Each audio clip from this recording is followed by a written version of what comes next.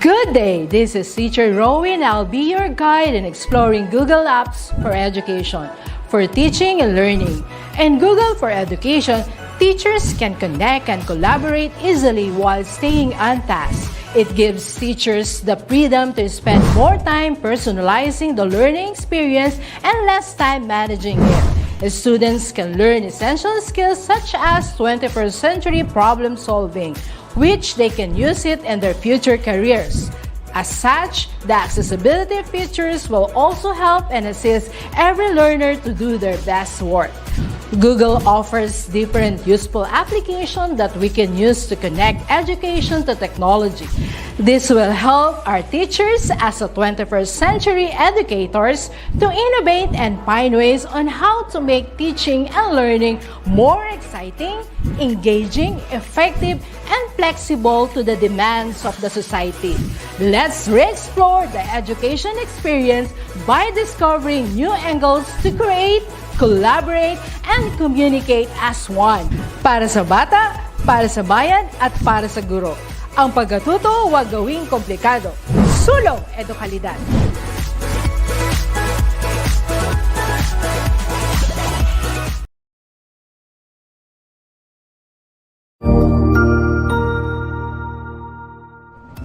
Magandang araw, Sir Wilbur po, at your service. Narito ang ETUlay upang gabayan ka sa inyong pag-aaral upang lubos na maunawaan ang iba't ibang paksa o subject. Ang ETUlay ay isang free online tutorial class na pinangungunahan ng ICT's Educational Technology Unit sa pamumuno ni Undersecretary Elaine Del B. Pascua. Ang programang ito ay hindi lamang para sa mga bata, kundi ito rin ay magsisilbing gabay sa mga magulang at mga guro kung paano nila ituturo o gagabayan sa bawat asignatura ang kanilang mga anak o mga estudyante. Sa kasalukuyan, ang self-learning module mula sa rehiyon ng Calabarzon at kilala sa tawag na pivot ang ginagamit sa ating ETUlay online class. Kaya ano pang hinihintay ninyo? Ihanda na ang inyong mga ballpen o lapis, papel o kwaderno at samahan kaming itulay ang pagkatuto para sa bawat batang Pilipino. Sama-sama tayong magtutulungan para malampasan ang mga hamon sa panahong ito. Halina't matuto kasama ang inyong online tutor sa oras na ito.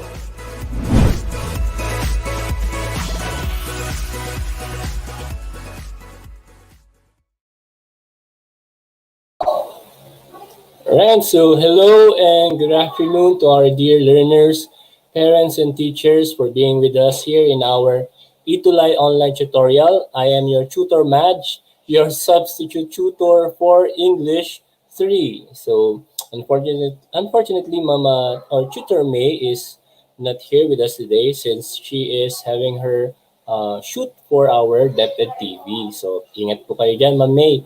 And to our dear learners, huwag kayong mag-alala, especially our grade 3 learners, English learners, I will be your tutor for today and sasamahan ko kayo at samahan ninyo ako at lalo na sa ating mga English teachers natin dyan.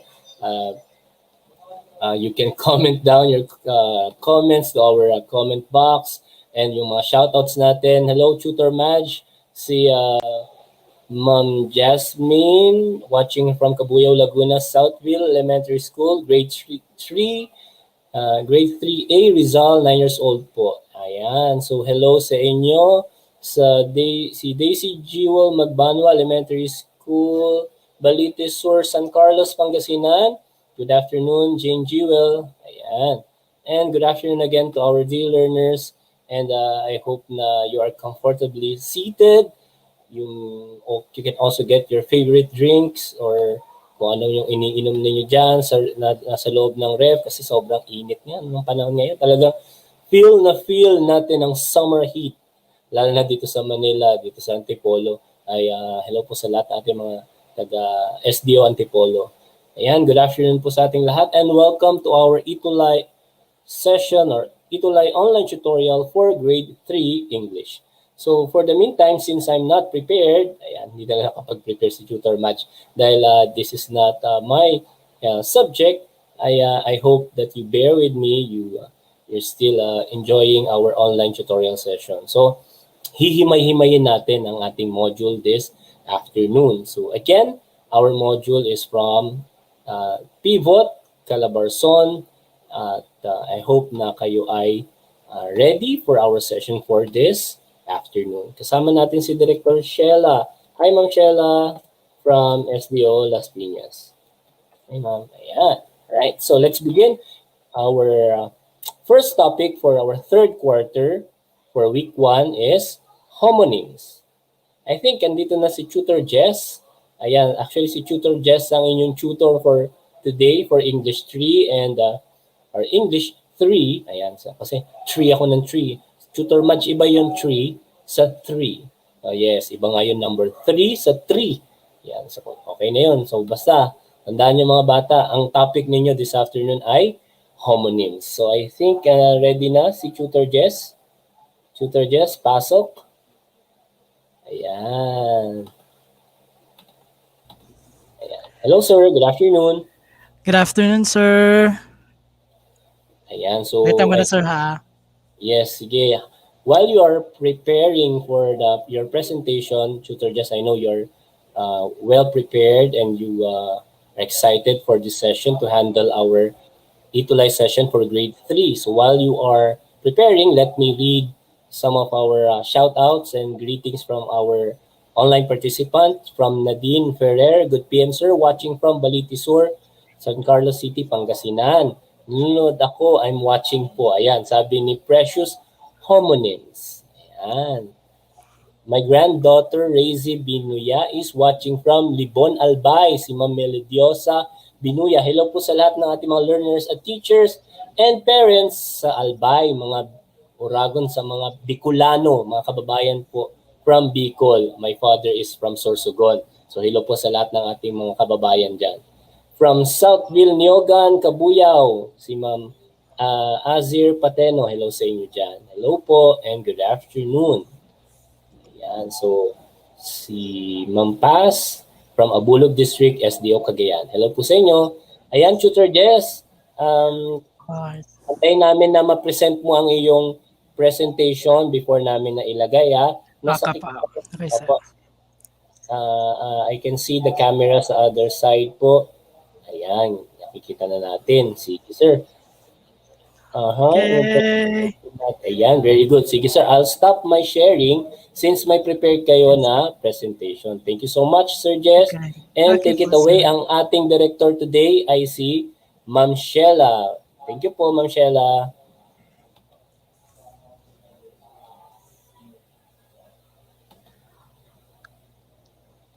Take it away, Yes, sir. Okay. So, hello, pupils. How are you today? Today is another day of learning for our ETUlay session online tutorial. All right. So,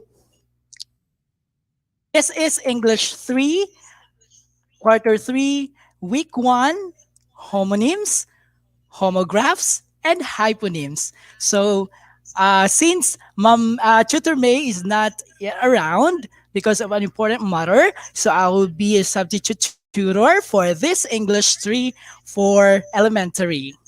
All right. So this time, I'm your tutor Jess for this Tuesday, English 3 for 2:20 to 3 p.m. We're live in the DepEd Edtech Unit, DepEd Philippines, DepEd Tayo, DepEd Edtech Unit, DepEd TV. All right, class. So we're using the Fibot Learners material for grade 3 English quarter 3. Thank you so much for watching and viewing this time. Hello. What's this? Azir Pateno, thank you so much for having us here. Thank you so much for viewing for this subject, English 3. We're using the Fibot from Calabarzon. All right, so since this is the start of our lecture on the of the grade 3 English, so this time I'll be giving you the objectives for today. Okay, so at the end of the tutorial, you will be able to increase your vocabulary through homonyms, increase your vocabulary through homographs, and increase your vocabulary through hyponyms. So, class, are you now ready to explore our subject English 3, specifically in the topic homonyms, hyponyms, and hypographs? All right, so let's start now. Hello, everyone, to those who are watching right now from Bully Elementary School, Taal, Batangas, Chloe Gale Galio. Okay, so to start, we have this homonyms. What are these?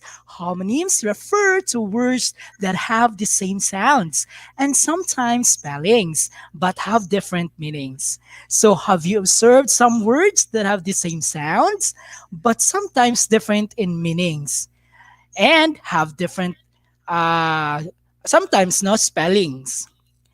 Okay, ngayon class, okay, I'm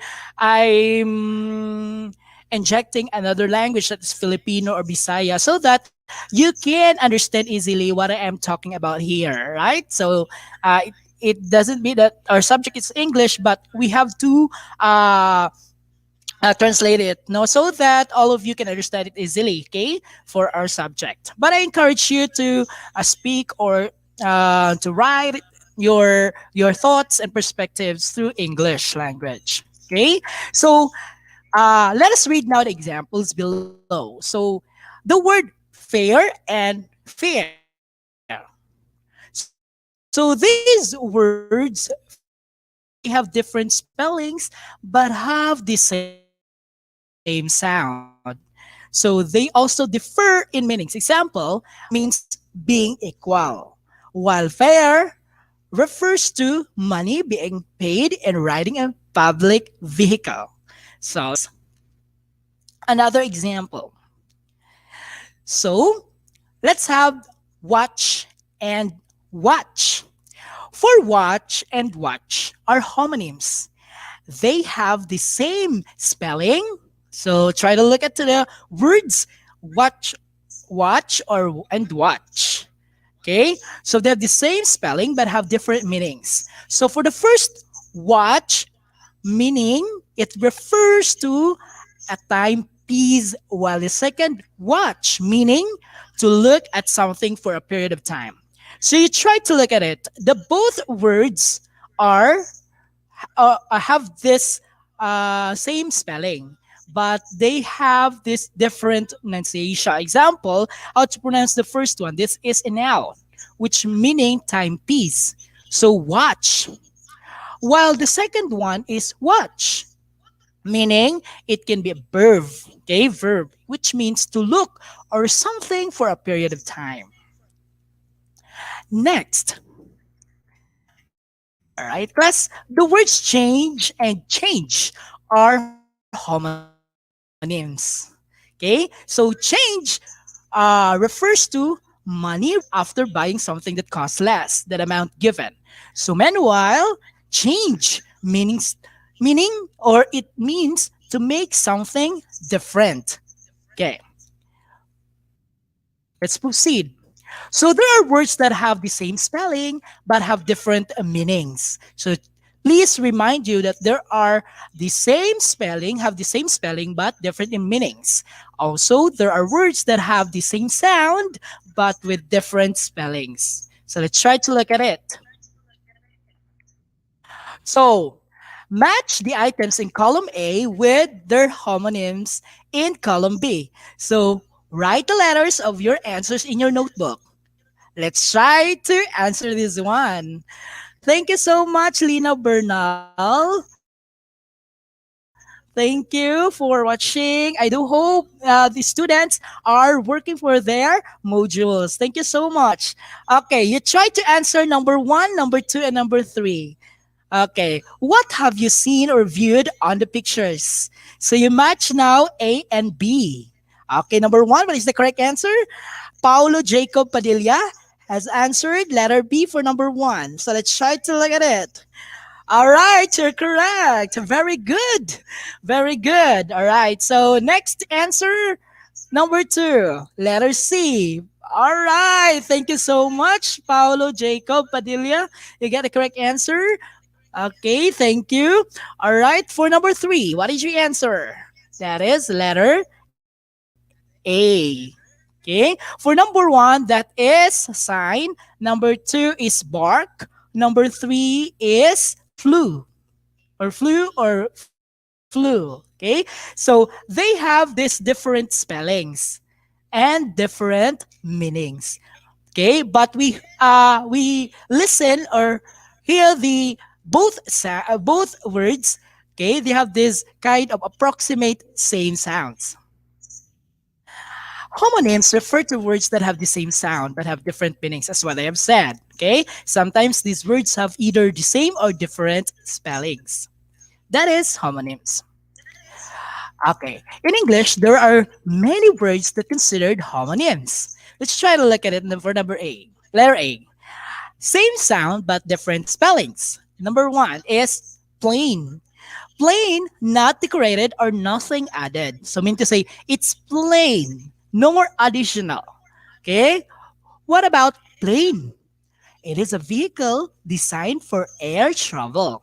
So meaning they have this the same somewhat like approximate in pronunciation about the words, but their spellings have different spellings and different meanings. This is also considered homonyms. Okay. Hi po. Thank you so much. Pio Paulo Ignacio. Okay. Same sound and spelling. Letter. It could be a letter. So individual items in the alphabet. Example, B, C, and D. What about letter? Refers to a male. So meaning these words have the same spelling, right? But if we try to look at the meanings of this, the letter and letter, they have their different meanings and different functions. Example, letter is intended for A, B, C, D alphabet letters. How about the letter refers to a male? Example, I send you a letter. So meaning it's not the alphabet, but it's the letter. Okay, so what have you written? Okay, for him or her, it's a love letter, excuse letter, or any letter that you have. Okay, next to it is the learning task. So this time, let us answer task 2. Fill in the blanks with approximate words, then write letters of your answers in your notebook. Okay, I do hope you have your notebook there together with your modules for English 3. Okay, for number 1, what is your answer? Ano ang ating answer? Ano ba ang answer nyo? Ano bang yung sagot dyan for number 1? Harry is the blank of Uncle Mateo. Is, alright, Chino, your answer is B. Okay, congratulations, Chino. You're correct. Very good idea, okay? What about number 2? Number 2. Okay, number 2, we have Ate Liza. Thank you so much. Okay, we have Chino. Okay, active participant. Who else will answer? Yes. Melodious. Okay. So the answer is letter C. I am not feeling well today. I have a flu. Okay. So flu and flu have different meanings. So letter C is the exact answer. What about number 3? Okay, it's letter A. So my dog Kobe always wags its tail when I come home. What about number 4? Number 4 class. Okay, you're correct. Vernice Avillana. Thank you so much for this participation. What about number 4? Mom, I would like to eat some blank for dinner. What is your answer? Okay, letter A, steak. So it could be beef steak or steak, any other steak, no? So it is a food. What about number 5? I blank a letter to my best friend every month. What is your answer? What is your answer for number 5? Any other answer for number 5? You're correct. Okay, thank you so much, Ani Fernandez. What about number 5? Letter B. Yay! Is number 5 A and C is correct? Okay, they are wrong. Okay, we will get the correct answer. That is letter C. Letter, not C, but B. Okay, C is somewhat like authorization or something like no. So letter A is right. It could be right hand or right or something in the side of right. No, so meaning it should be B, right? Okay. What about learning task number three? Thank you so much, Nariza, Quito, Arias. Okay. So in your notebook, complete the sentence below. You select answers from the choices, okay, given in the box. We have, okay, this is how we get through. Okay. As your abstraction for this homonyms, we have number one. What's your answer? Number one, Ma'am. Thank you so much, Ma'am Jessica. What is your answer for number one? Blank are words that have the same sounds, but they have different blank and or. Number three, what is your answer? Okay, the correct answer is that is homonyms. Okay, what about number two? Okay, for number two, spellings. And for number three, that is meanings. Okay, so let's proceed now. Thank you. All right. So, aside from homonyms, okay, please remind you that aside from homonyms, another way of increasing one's vocabulary is through homographs. What is this homographs? So, homographs are related to concepts of homonyms. All right. So, try to remind one that homographs are the concepts of homonyms. Thank you. Next is okay. So, this time we have okay. Read and read are homonyms. Okay, so they have the same spelling but different pronunciation and meanings. Okay, so read means are instructed to read something, but read is the past tense of read. So let's start. So okay. We have this learning task.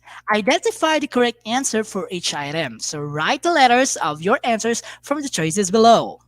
A, object expressing opposition. B, object that is a thing that can see, smell, taste, or touch. C, record, storing of information by writing them on a paper or storing them in an electronic device. Letter D, record. That is piece of information written on a paper or stored in an electronic device. Let's try to look at it. For number one, what is your answer? Class, what is your answer? Students, anybody who can answer? Okay, for number one is, thank you so much, Regina May Romulo Opia. Okay, what is your answer? That's letter D. Okay, that is a piece of information written on a paper stored in an electronic device. Okay, class, record. What about number two? For number two class, go go go! I know you can do it. Okay, number two. Okay, letter C. The doctor will okay record, okay, the test findings. Thank you. You're correct, Marjorie Katubay. Number three, the townspeople will blank the proposal to cut down trees. What is your answer? Number three, what is your answer, class? All right, that is letter A. Okay, express opposition. That is, the townspeople will object the proposal to cut down trees. Mean to say that is a helping verb, not the will. Okay, from the word will. No. Next, what is number four? Very good, Ahmed. Thank you. And all of you got the right answer. What about number four? Okay, it's letter B. This rock is the object that I saw while on my way home. Okay, that's our there are examples of homographs. So let's try to look for another explanation on this. Homographs are types of homonyms, right? So they have the same spellings but with different sounds and meanings. Try to look at it and remind this that homographs have the same spellings but different in meaning. Okay, so let's proceed. Examples. Okay, that is live. Uh, okay, live. That's performance played while happening. Okay, live to stay alive, spend life. So they have the same spelling, but if we try to look at to the pronunciation in this, okay, the function of this in a statement or a sentence, it depends on the function. No, example number one is live. The performance played while happening. Live. Okay, we're now live. Okay, viewing. Okay, live is to stay alive, spend life. Okay, that is now the examples. All right, we have the learning tasks. Now, you identify the correct answer for each item. Write the letters of your answers from the choices below. For number one, what is your answer, class?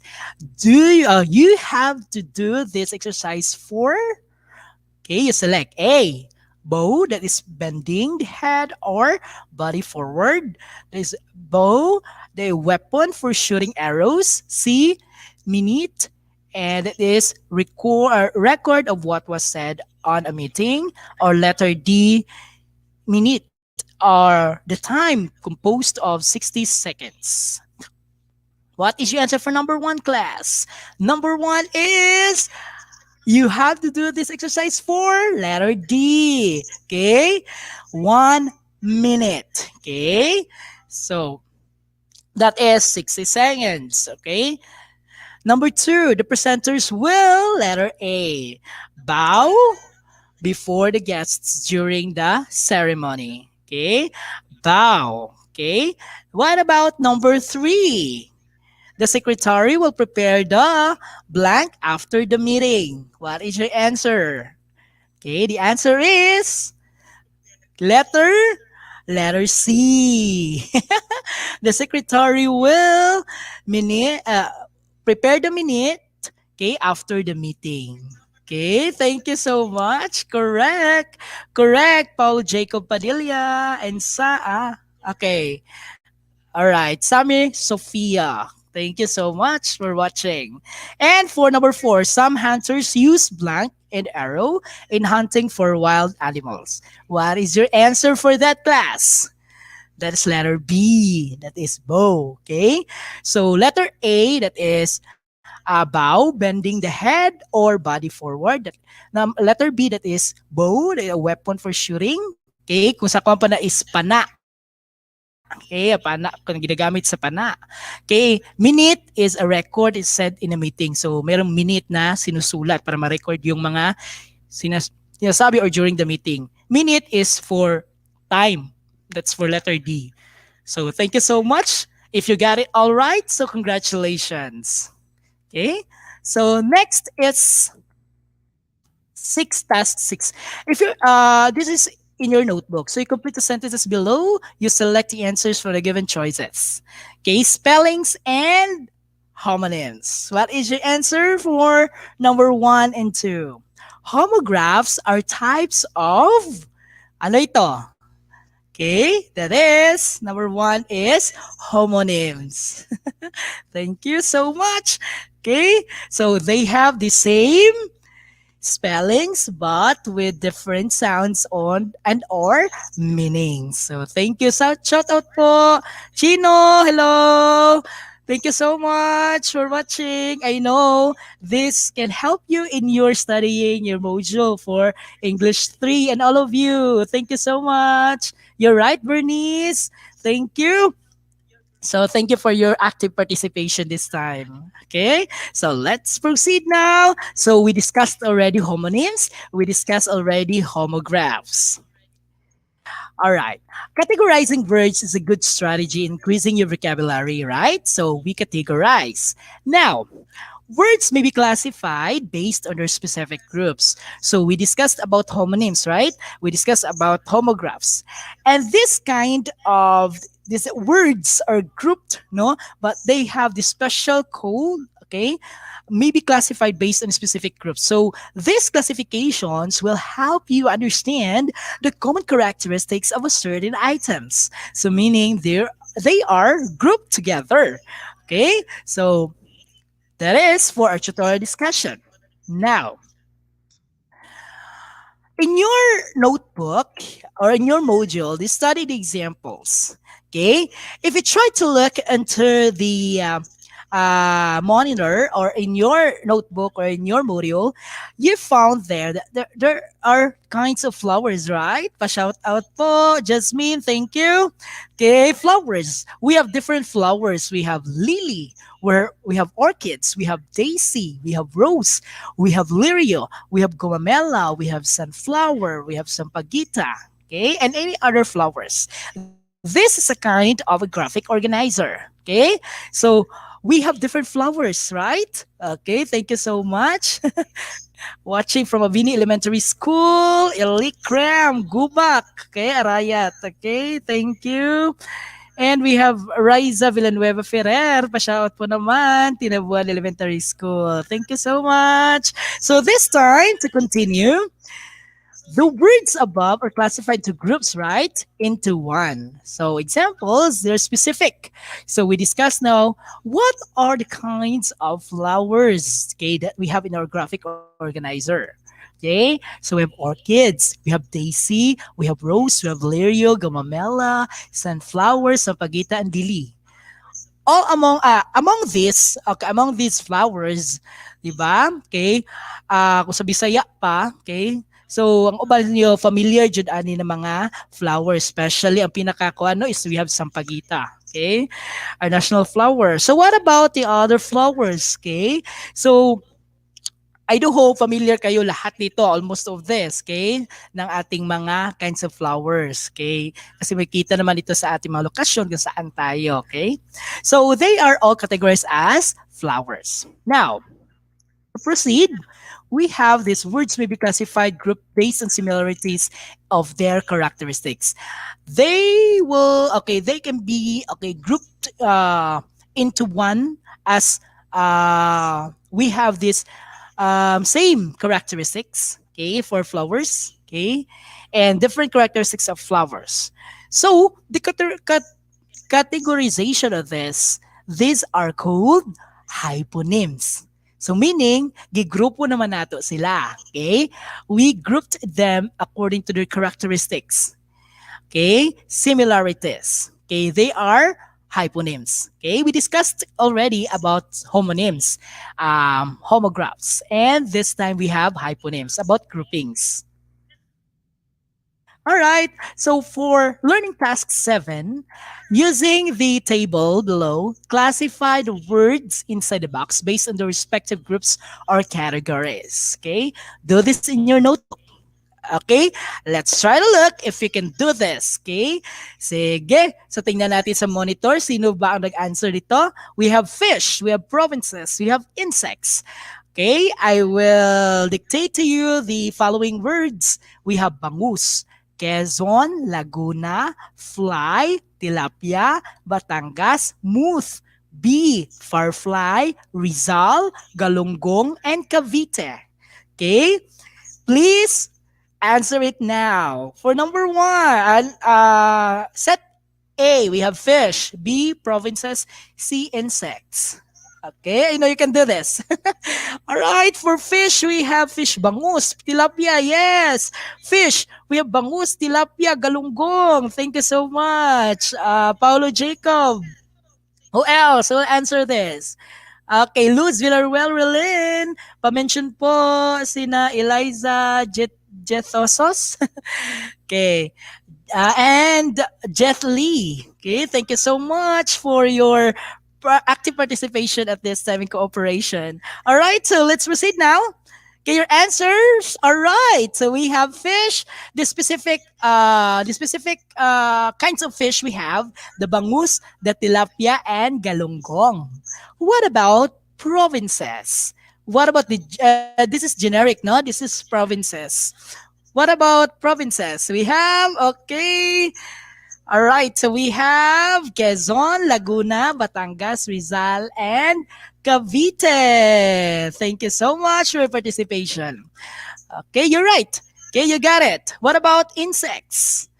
Okay, the other words that are not included to the other sets. We have fly, we have moth, we have bee, we have firefly. Okay. Okay, so ano ba itong firefly? Okay, sa Bisaya pa that is okay, Lindanaw. Bee. Ito yung bee. Bubuyog. Okay, buyog sa Bisaya, okay? So, tilapia. Okay, marami tayong mga tilapia sa ating location saan tayo, no? Kung meron tayong mga fish ponds. Okay? And also, bangus, our national fish. Okay? Okay. All right, class. So, I know you have enjoyed a lot of our discussions and for our exercises. Hyponyms are the specific examples of general word, right? So these are the groups and classification. All right.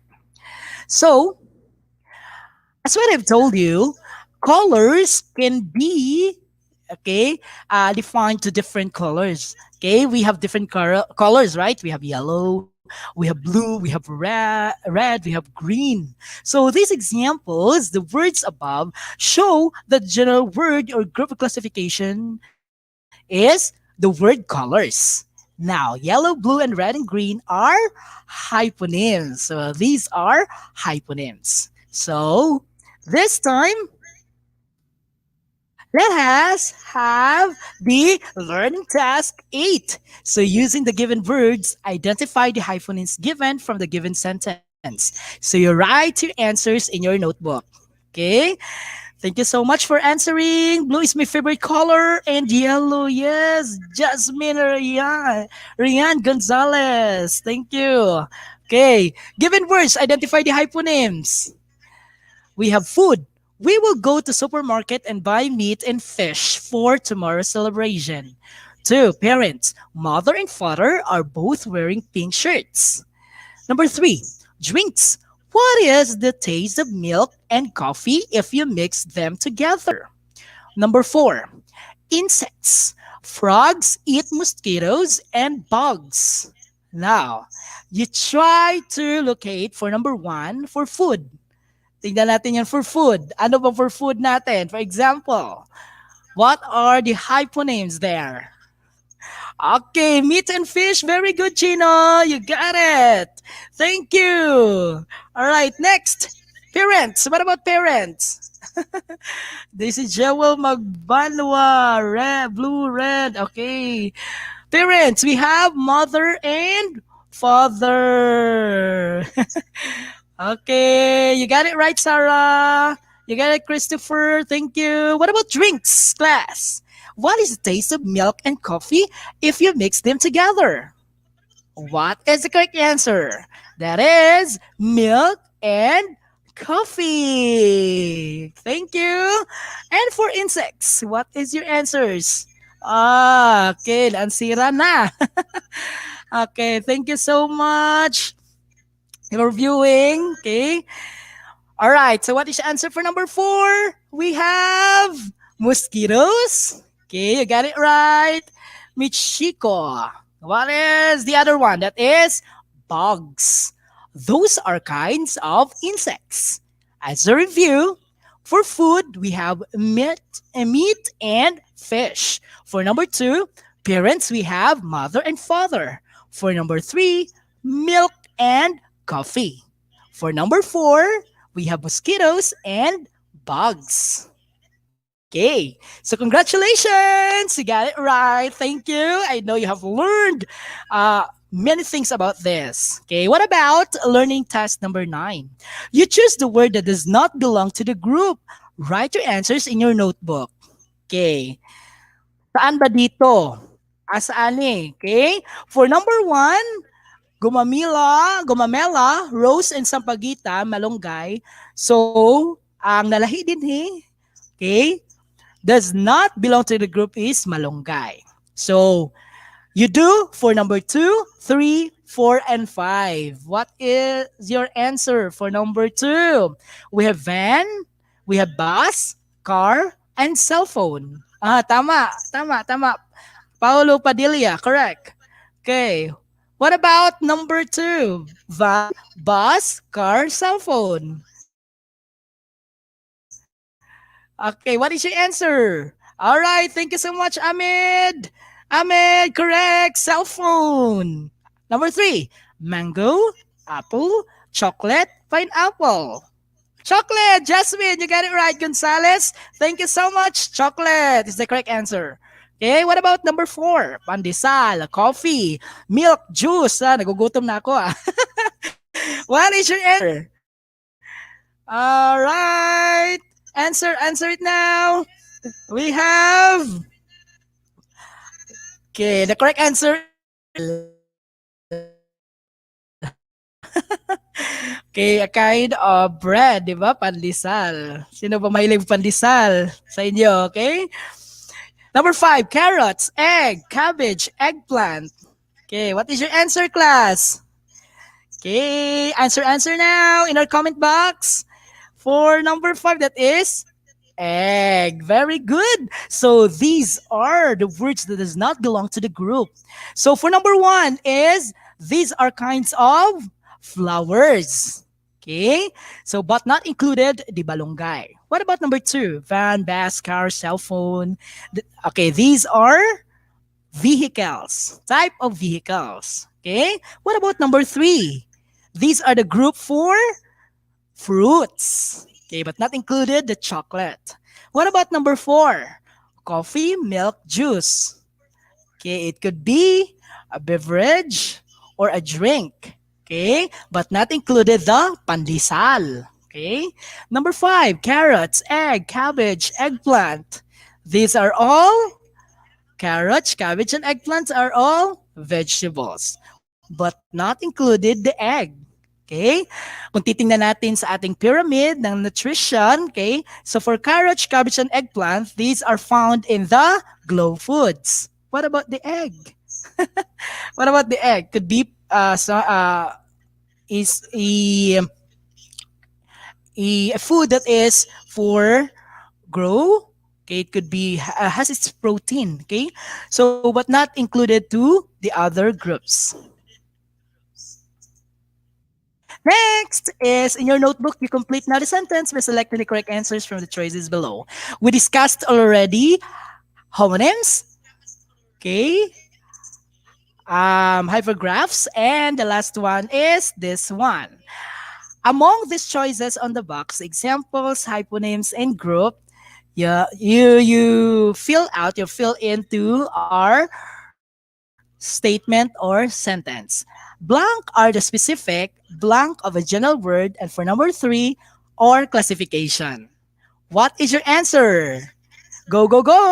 Answer now. Examples, hyponyms, group. Okay, for number 1, blank are the specific. These are, okay, hyponyms are the specific. Okay, number 2, group, okay, of a general word, examples, or classification. Very good, Alena Jadulos. Thank you so much. Ahmed, thank you. Kakagising ko lang. Oh, Lolit, Saklolo.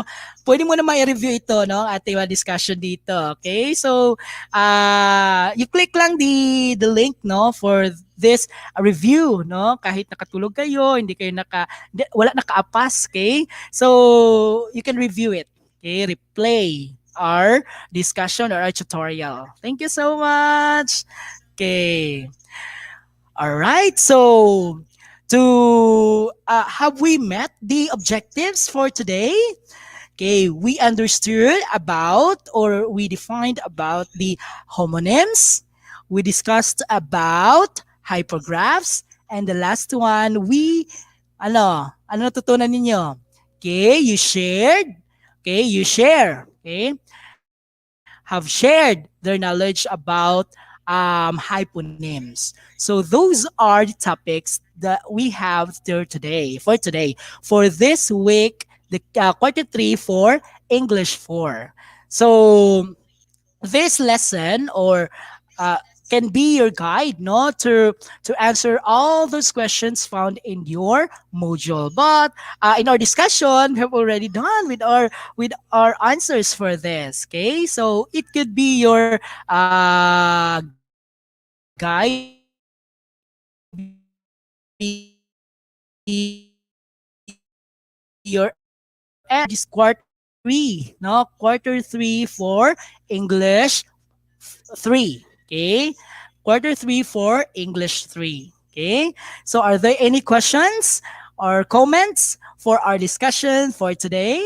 Thank you so much. Always safe, Jasmine. And we have Mercy Guevara. Thank you. And I do hope all the parents and teachers who are guiding their students there at home. So you can use this platform in us, no, in our ETUlay. Okay, for English 3. Okay, with Tutor.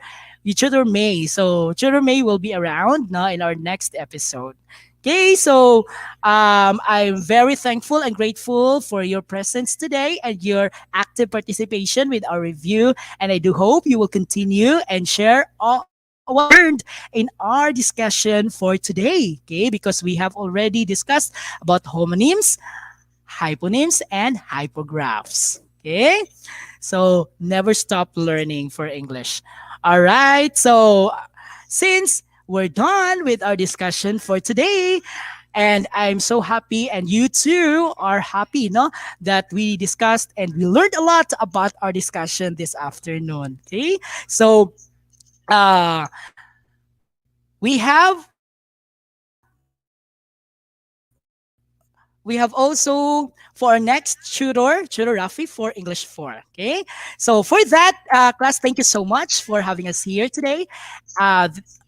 I think that ends our session for today. No? Well, that ends our session for today. And please stay tuned with our next tutor for English 4. Okay? Tutor Rafi. So this has been your tutor Jess, no?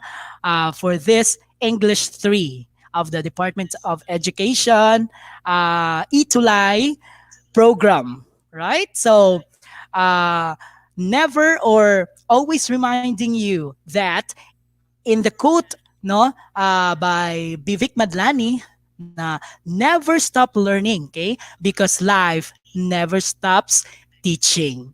Sulong edukalidad, okay, itulay ang gabay sa pagkatuto, itulay edukasyon itatawid sa iyo, itulay paralan di lalayo sa iyo, itulay sa makabagong panahon, itulay para sa kabatang Pilipino, itulay sa kabatang Pilipino, itulay sa kabatang Pilipino. DepEd Tagumpay.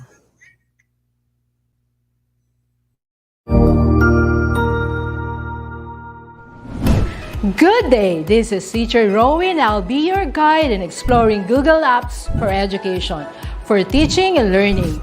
In Google for Education, teachers can connect and collaborate easily while staying on task. It gives teachers the freedom to spend more time personalizing the learning experience and less time managing it. Students can learn essential skills such as 21st century problem solving, which they can use it in their future careers.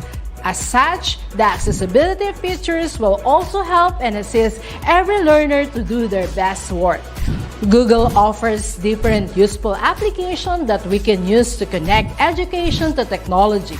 This will help our teachers as a 21st century educators to innovate and find ways on how to make teaching and learning more exciting, engaging, effective, and flexible to the demands of the society. Let's re-explore the education experience by discovering new angles to create, collaborate, and communicate as one. Para sa bata, para sa bayan, at para sa guro. Ang pagkatuto, huwag gawing komplikado. Sulong edukalidad.